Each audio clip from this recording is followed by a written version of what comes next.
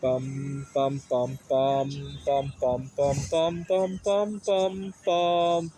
The Peter Like Show. Bum bum bum bum bum bum bum.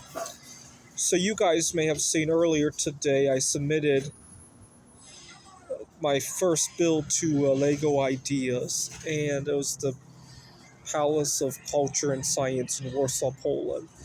And it's a far cry from getting this stuff on the shelves, but I feel very relieved because I feel like I've done what I needed to do, and I'm not going to regret it. What if I had just submitted that, right? And I kind of wish I had discovered the program earlier on in my life, but you know what? There are other things that I've done in an interim before I discovered the Lego Ideas that were good too. So I think it came at the right time. But it's one of those things that it's Pascal's wager, right? It's better to do something than to not do it because you won't have regret. Like, what if I had done that, right? So it's the same reason why I like to pray to the God of likes, because if I pray it and I don't get what I want, it took me 5 seconds to say that prayer. I'm not going to die from that, right? But if I don't pray it and I don't get to go on a date with a girl, or my Legos idea doesn't get accepted, or I don't get the job that I applied for, or sometimes when I go to the bank and buy a few rolls of $50, I don't find any silver coins, and I didn't say the prayer before going into the bank. I always wonder, what if I had just said it, right? So it's best to just do. Now, unfortunately, sometimes you have to be careful and don't get yourself too tangled with things. Like earlier this week, I had a little sleep deprivation and I was hallucinating. But I still don't regret it because I know what hallucination is.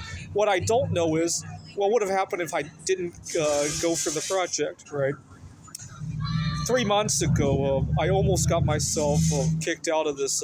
This is my favorite cafeteria at Whole Foods, but I almost got myself kicked out. What had happened was Trump had just signed off on the tariffs, and bismuth was going for what you guys saw, 30, 40, $50 a pound. I was shopping on eBay, and this surplus supplier had a bunch of imperfect bismuth ammunition made of 22 karat bismuth. Oh, I call it 20. It's 94% bismuth, 6% tin. I affectionately call it 22 karat bismuth. Or sometimes I call it white bismuth because it will make crystals, but without the anodizing, right? And he didn't realize the price had already gone up. He was still selling it at the old price. I couldn't believe my eyes, and I got glued to the auction, and I just kind of lost it with anybody who wanted to talk to me that day. And now looking back, it was a mistake because who knows if the people wanting to talk to me would have been my future spouse, right? And that bismuth could have waited, but I got too carried away with that because I was upset about the tariffs and all that.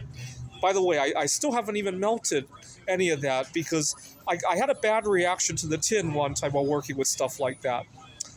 So I generally prefer to work with 24 karat bismuth if I can, but hopefully I'll get some PPE to. So I got all excited over stuff I wasn't even going to melt anyway. This is the Peter Like Show. Bum bum bum bum bum bum bum bum bum bum bum bum. The Peter Like Show. Bum bum bum bum bum bum bum.